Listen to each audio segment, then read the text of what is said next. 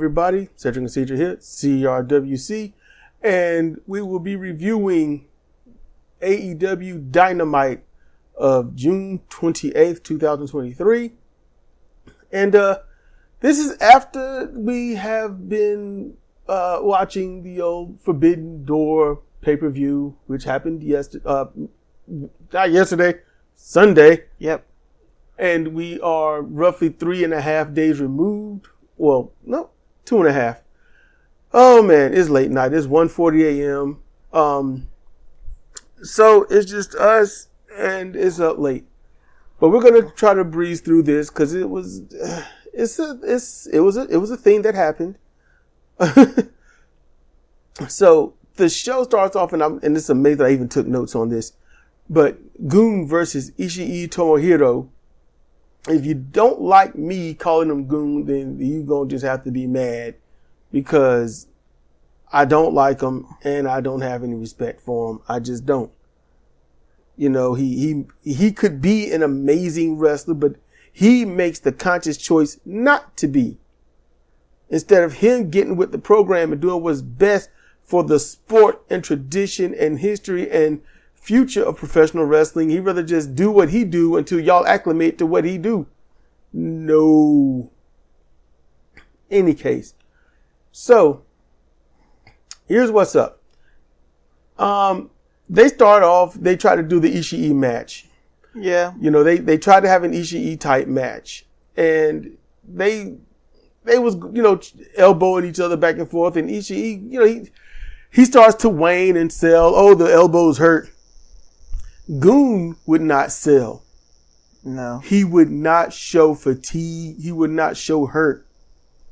So Ishii had to shake that off and just be like, okay then, so we're not hurt. That's what we're going to do. We're not hurt. Okay, fine. Well, that's what we're going to do. Which kind of made sense because Goon's forearms look bad. They just look bad. They look bad, but in general, you know, show that you're getting fatigued because what would happen, okay? Here's what would have happened. Go back and forth. Every 2 shots, Ishii would show some kind of damage. This is what he normally do. Mm-hmm. After a good amount of exchange, Ishii go to throw a shot, but then he crumples a bit, backs up. He shows that he's been hurt. Mm-hmm. And then the opponent's supposed to get on him or something like that. And then Ishii might come back after that or stay hurt. It all depends on how they're feeling things out. He couldn't do that with Goon. That's why he's a Goon. And so Goon, let's see what happened. Goon hits an elbow, gets into the ring, does a suicide dive, and then parades around, climbs over the barricade and parades around. I'm like, man, if I was in a street fight and I knocked somebody loopy like that, I'm not gonna be parading around. It's not happening. I gotta finish them off. Just hop over the barricade to walk around in a circle, feeling himself. Yep, that's it. In a real fight, that will not happen. And he wears the shirt of "Be Real." Just let that sink in, everyone. Be real, but he doesn't do anything to make sure that what he does looks real. So Kingston music plays, which was stupid, and he comes out to keep Claudio and Yuta away from Ishii or interfering in the match in general. Uh-huh. I was going to suggest skipping it until he came out. Just let you know. Oh, okay. Not only do they take up residence on the floor, but the ref moves in with them. Eventually, they all get evicted into the ring. Goon uses the Gotch-style power driver called Gotch's, cradle power driver for a 2 count. There is no reason for him to use that move. It's not in his normal pissant repertoire. I wrote that. I don't know why he decided to change my rhetoric. I don't know why he decided to crap on Minoru's finisher. Why was that necessary? Yep. I wrote, not in his arsenal, and he used it for nothing. So Goon eventually hit the hammer and anvil elbows, and Ishii was given the finger. Yeah, he should have been. Yeah, I don't know if that was to the crowd or to him or just to the whole situation. I think it was to Goon because they look bad, they do nothing, and, why sell it? Yeah. They do a strike, cover, flurry, and double clothesline for a short reprieve. They were just, the knees and the elbows knocking them down, going for the pin. It'd be nice if it was a main event spot with somebody that could work. Ishii's wasted on this. They just wasted him on this. Goon bleeds from bone-on-bone headbutts. And then Goon uses the DDT for a 2 count, and the crowd boos. DDT from Ishii, but Goon doesn't sell it. Goon with a cutter. Ishii up with the sliding lariat for a 2 count. Goon got the butterfly DDT for a 2 count. After a little bit of what they ever did, Goon gets a DDT again for the pin.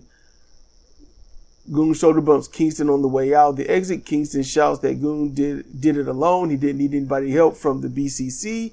Goon bows up at Kingston, and Kingston beckons to the fight, and Goon leaves. So, he punked him. Like a punk right then. Kingston's just so real, y'all. It's like, what? Mm-hmm. Goon's like, you know what? Nah. So, MJF pulls up in the car opposite of Adam Cole and wants to get to know him. They do a fun, odd kind of promo thing. And he's like, you know what? We're going to be friends. Get to know you and stuff. And I'm like, I think this whole tag team thing is stupid anyway. How can these two enemies coexist together to be in a tag team tournament and survive? Can they go all the way? Yeah. Mm-hmm. It's dumb. Mm-hmm. Mm-hmm. It's dumb. So, next you get Keith Lee has an intro, but the commentators are talking over a promo, and Garcia and them get a promo doing their own thing, but it's like 2 different promos going at the same time. Yep. The JS down in one corner with Garcia, and then Shivani talking to Orange Cassidy about getting people to team up against the JS. It was just stupid. Yep, and they all spoke about something inaudible, So then I had to ask Sidra what was going on as Garcia is in the ring, and the commentary team didn't inform anything. I didn't recall them saying anything, and I was listening. Then, you told me who it was. So this match is Keith Lee, Vikingo, Cassidy versus Luke, Menard, and Garcia. We skipped this match because it was just stupid. But you know what? Keith Lee, though, I don't know if he dyed his hair, but you say he just cut his hair down. No, he dyed it because he was all gray. Yeah, because I was like, you can't cut that down and turn the white black. But no, I was going to let you have that. I was like, she'll work it out later. That's what I was saying is he should just cut off all his hair or just be bald. Yeah. Nah, he ain't gonna look right. He don't look right like this. No, he's got a girthy body. He's gonna have a tiny little head. You can still see his head. He ain't got that much hair. Yeah, but it's gonna look real bad. I'm trying to tell you, it's a difference in, you know what? You might as well. Then you see it and you be like, ooh, maybe not, maybe not. That's what happens. But he looks younger. He looked a little more intimidating this way. So I'm sure he's not exactly happy about it, but it's like you're looking a little rough there, bruh. But Keith Lee won with the Fireman's Carry Power Slam for the pin on Menard. So next is the Humbucks issue a challenge, and the Dark Order come in. Matt tries to go on with the promo, like, okay, let's just do it again. And John Silver's like, no, we're here to kick y'all ass. And Evil Uno reminds Paige that he ghosted them, neglected them, didn't want to talk or hang out with them or anything like that. And tonight they're going to fight. Paige was like, but the Elite needed me. What am I supposed to do? Leave them to dry? And I'm thinking, you did once. Yeah. It's like, so you mean to tell me you got to hang in order to help them in a match, you got to not talk to your friends at all through a 125-hour week. You can't talk to them at all. That's what makes it look so stupid. Mm-hmm. So, next, Jericho does a promo talking about Sting, and he's going to face Jericho. You're not going to face Jericho, but you'll be facing the Painmaker. Painmaker. And I'm like, Jericho, it wasn't that long ago where you was like, it don't matter if it's the Painmaker or anything else that it is, it's just Chris Jericho. I was like, you were saying that, but now you're going against it. Yeah, okay. So it's bad enough that we already knew, but you don't have to like insult us with it. So that was annoying. So then the match comes out. Dark Order with -1. I don't recall seeing him at ringside. He didn't get involved, which is good. No, he came out with them for the initial step onto the stage, and then Uno said, "Take it easy," and he went back to the back. Oh, that's what happened. Yeah. I was like, I didn't see him out there. I was typing and stuff. Mm-hmm. So Dark Order with -1 versus the Hung Bucks, as they introduced as the Elite. So I guess they took away the Hung Bucks. Because somebody let them know how stupid that sounds and what images it calls to mind. And they're probably like, yeah, but that's what we was going for. So Alex Reynolds, he looked legit angry. So that made me interested.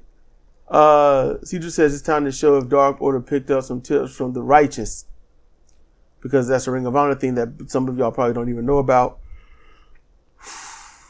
Oh man! So at least look, Uno was fired up. Uno did good. This is the best I've seen Uno look. Yes, if Uno could wrestle like this all the time, I'd be happy. He didn't have that dumbass strut that he likes to put in the ring. He was like, no, I have some emotional content. I am pissed off. And I'm going to take it out on your face. And it was good. He did really good. Let's see, Uno was fired up, and he fired up Paige by slapping him and stuff. And then they got into a fight. And they didn't do the hockey fight thing. I'm happy about that. They was punching each other and chopping and punching and punching. And then ultimately, it all spills out to the ring and stuff like that. But then, look, do you want to know what wrestling magic is? Okay, we got the illusionist part. It's supposed to look like a shoot. It's supposed to look like a real fight. But there's that other part. Okay, I want y'all to think back. WWE Attitude Era. All right, Steve Austin gives the double middle fingers. What happens to you? You get a little excited. He does the toe kick. You start coming up, stunner, pop. Yeah. Right? The Rock. Get him up with spine buster. Jogs around to the top of the head. You start to build up, right? He does the whole elbow taunt, throws the elbow pad, does the hands swaying back and forth. You then came up. He going back and forth to the ropes. Wide shot from the camera. You feeling that energy. People's elbow, which was the saddest finisher, but he made it work for him. Hit that elbow, you pop. He gets the 1, 2, 3. Right? Right. That's wrestling magic.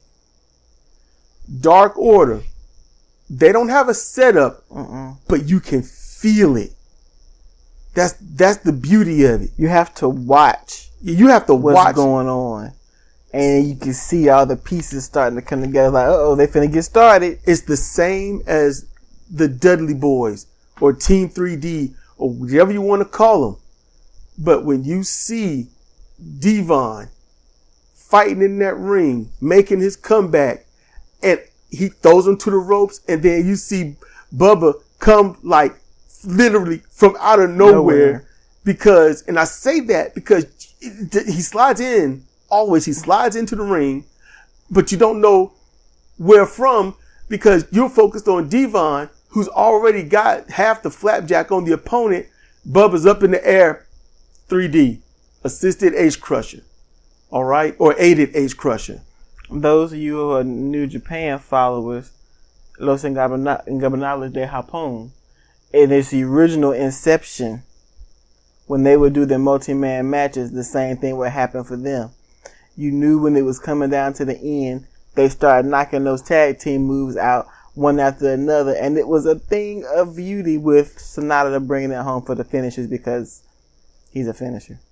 Yep. And so Dark Order, they get into the ring after dumping everyone out. That energy builds up and they use what I call the DO combo.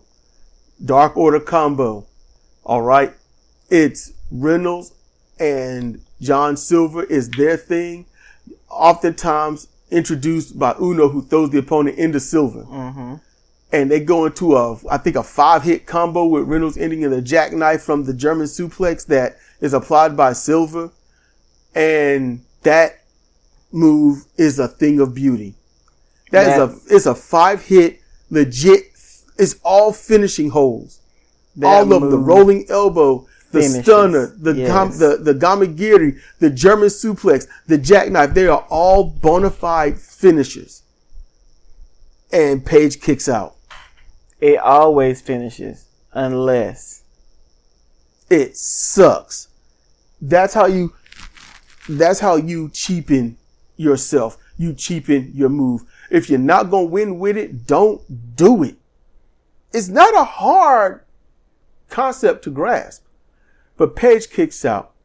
Then ultimately the buckshot lariat to win on Silver. So yay. Not a bad match overall. Wasn't a bad match, no. Wasn't a bad match. Then BCC runs in from the crowd and attack the Elite. Dark Order leaves them to the Wolves. Peace out. Yep.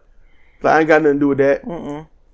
Takeshita and Callis enter. Kingston enters and gets beat down by the BCC. Paige is bleeding. I assume it's because Goon already bled, so somebody else got to bleed. Yeah, he got a screwdriver. So, that's what happened? Yeah. Oh, okay. I won't look in. Put a screwdriver to his forehead. So, after that, we go to the back. We got Roderick Strong talking to Adam Cole about trusting MJF. And Cole says he's trying to play him and whatnot. And MJF, he comes into the scene. And he's like, hey, Cole. And he looks at Roderick Strong and says, hey, he's like, what's up, Cole? What's up, generic white guy? Oh, man. And I'm like, oh, crap. That's it, man. And Sidra was laughing that so hard. And I was laughing so hard, one, because it was funny, but two, he just put a phrase on what I've been feeling since Roderick Strong stepped into the company. I know who he is. I know that he's good. But when you look at him, it's like, you could be anybody. You could be anybody. And then after the whole Jericho thing, he hasn't been wrestling. You haven't seen him. It's like, there's nothing that stands out about you. If you didn't have a shirt on, we might not know your name. So him calling him the generic white guy, I was like, yeah. Generic white guy. I said generic. Sound like you said very white guy. No, I'm or laughing. very white guy. I'm laughing, so it's not coming out right. Generic white guy. I was like, that's it. That's the problem that I have with him. MJF and Adam Cole ultimately get in, and MJF is just, how can I say this? He oozes swerve. Mm-hmm. He oozes like setup and sarcasm and Adam everything. Cole should be spitting the makeup in a dumpster. Yeah. It's like, what happened? Dude, it was a rough night. You are an animal. Roderick Strong, Adam Cole, MJF. That could be a good faction, but MJF is too much of a I have to be in control, which is why he's a loner. Mm-hmm. Okay. So, good little segment there. Now, Jungle Boy comes out talking trash. Stop the music. I don't want to hear that again. You all have just ruined that song for me. It looks like Christian Cage dressed him. Mm-hmm. And he's like, leather jacket. I got a plane to take me back to New York where y'all got to stay here with us with the wildfires. And that went over their head, or it was too real. Yeah. But I thought this was a good promo. This is probably the best promo he's done. It was good. He how can I say this? His face doesn't convey the tone coming out of his grill piece. It's like, I hate you. You make me so damn sick. If I was ever able to get you alone outside of this company, I'm going to stab you in your throat. And his face looks like Inspector Gadget chilling on the car. Let's have some tea. It's weird, but he'll get there. As a babyface, he don't talk much. But as a heel, he wouldn't shut up. Mm-mm. And he was just going on. And I'm like, this is kind of, look. Is this where you should have been all along? Because I'm going to tell you this right now. If Christian Cage or Jeff Jarrett was saying any of this stuff, the crowd would be angry. Yeah. They're just not used to him talking. Nope. And so he gets on the Jungle Boy, not Jungle Boy, Hook, and he's like, "You a second generation wrestler, you know, with a title that don't mean anything." And he started talking trash on him, and then Hook come out and chases him off, and Jungle Boy, he's running. It got to, I can be honest with you, it got to where I forgot necessarily it was Jungle Boy in all of his history that we've seen in AEW, and he's running. He's like, Start the car. He dives into the back after knocking trash over to slow Hook down. He dives in that car, speed off, and his head poke out like, that guy's crazy. Mm-hmm. So that was good.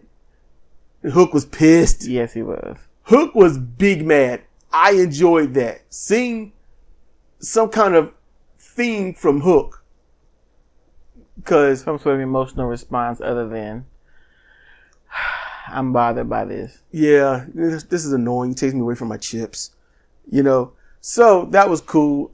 Sammy Guevara, he came out, this was during the break, doing the cue card thing, saying basically him and Darby Allin are destined to fight forever and stuff like that. So, okay, cool. Ruby Soho comes out and since Dr. Britt Baker is sick because Adam Cole was sick, she's not there. So she's going against Canada's Alexia Nicole. And you know, it was a squash match. Yeah. Won with a mocking lockjaw submission with the glove pulled from the referee's pocket. Ruby says Cole and Britt need to not have kids because going on them being sick, their kids would be some weak little bastards. Ruby Soho kept cutting the promo, and it was good. It was a nice one. Like, you know, I done took everything from you, Britt, and then I'm gonna take away this chance for you to be a 2-time Owen Hart Cup winner. I'm going to take that from you too, and you'll be left with exactly what you are, which is nothing. And I'm like, I believe her. I believe everything she said. Toni Storm lacks Ruby's believability. Yes. But if look, straight up, Sidra, if you watch Toni Storm at the medium scrum, that is her bread and butter style. Cause she talks like, I ain't got time for this. Y'all make me sick. And no, I don't care about her health. I don't care about her life. I done beat her down. So what? She talks like an actual heel should. That medium scrum, that setup is her bread and butter. They need to probably do a few of those with her every once in a while. She's the champion. Every week, do something where they talk about a possible opponent and how she feels about that person and whatnot. It would be good. You know, just a 30-second to 1 minute sit down and move on. That's all they got to do. Okay. After that, all this good stuff going, then QTV make a pathetic promo with Johnny, whatever. Johnny TV. Johnny TV, you know, and then after that, Holly squealing at the end about something. I don't know. I don't know. Stupid. She squealed, and the people she was with looked at her like, "What the hell are you doing?" Did you see that? Did you catch that? Uh-huh. I was like, what was that? And she had to explain something. She said something. Yeah. So then there's an advertisement for the Blind Eliminator Tag Team Tournament. Keith Lee and Strickland teaming up, which is stupid. Mm-hmm. I wrote, this is stupid. Just stupid. They're going for, can enemies make a good tag team? It's stupid. Most likely they will face MJF and Cole in the finals. Mm-hmm. That's what I wrote. Can these teams cooperate? They hate each other. They hate each other's guts. I can only imagine how tumultuous that these tag team matches will be. How will they win when they're trying their best to hurt each other? We will see in the next episode. Same bat station. Same bat channel. Yep. So we get to the main event and Stockface says this is a tornado match, not a tag, so tag teams aren't necessary. Look, what the hell's the point? Yeah, and he just jumbled his words. Yes, you know it happens. It happens to the best of us. I give him a pass easily on that. This is an easy pass, but it was funny. It was funny. You know, he's just trying to say tags aren't necessary. That's what he was trying to say. It's a Texas Tornado style tag team match. Tags aren't necessary. You know, but he just jumbled his words. So it's a Texas Tornado Street fight. Sammy Guevara and Chris Jericho. Well, Chris, the Painmaker Jericho versus Sting and Darby Allin. So, notes on this. Allin was thrown into the steps and he front flipped over those and skinned his back on the barricade. And he sold that one. Cause that was pain. That was legit. He almost tried to run from his back. Guevara, he put Allin against two fans and chopped him, right? And the fans were holding on. And then Allin had to elbow one of the fans, like, get off me, man. So, you could tell the elbow was like, I have to get you off me, but I'm not trying to get sued. Yeah. Because he had him. He did. He had him. The fan, let's see. I said the fan clearly doesn't know how to work. Ha! Let's see. Sammy to dive. He dove for the barricade to hit a cutter on Allin. Sting and Allin, they got tables, set him up. So Allen's table had a broken leg, but he made it work for now. Allin sets up the ladder in the ring for the pre-made diving spot to come.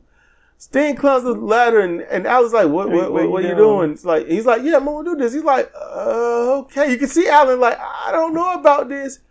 And so Sting dove 25 feet down on the Sammy onto the table and lands only on his left leg. It was bad looking. I am hoping that, I was like, it looked like he broke his leg. That's what it looked like. I couldn't see much. I tried looking. If he ain't got a broken leg or a dislocated hip, but Sammy, he's injured. He is injured.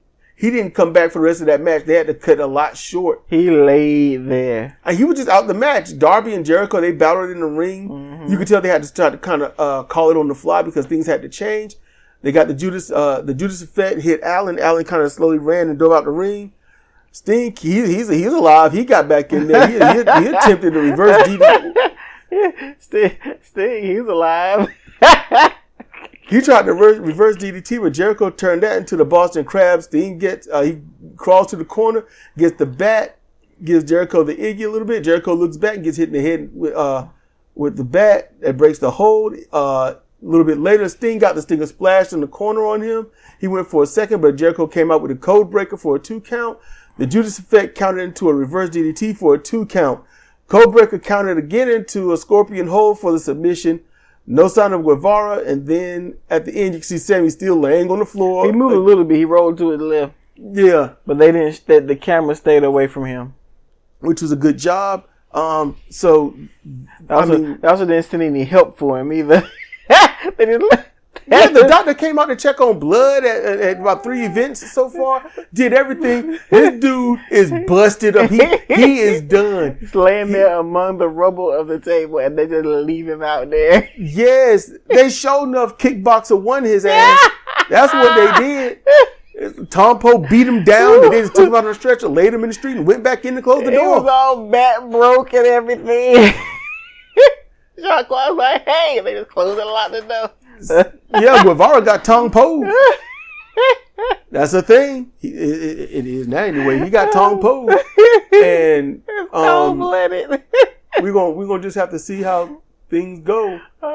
This would be a good way for Sammy Guevara to be like, Sting, I need to get revenge on you for hurting me, and yada yada yada. Do a small program with that. Sting wins, and then that's how that go.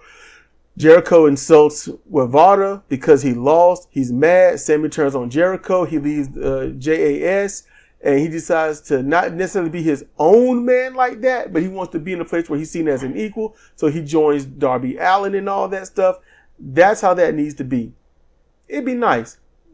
But, yeah. So, you got anything else to add, love? Nah.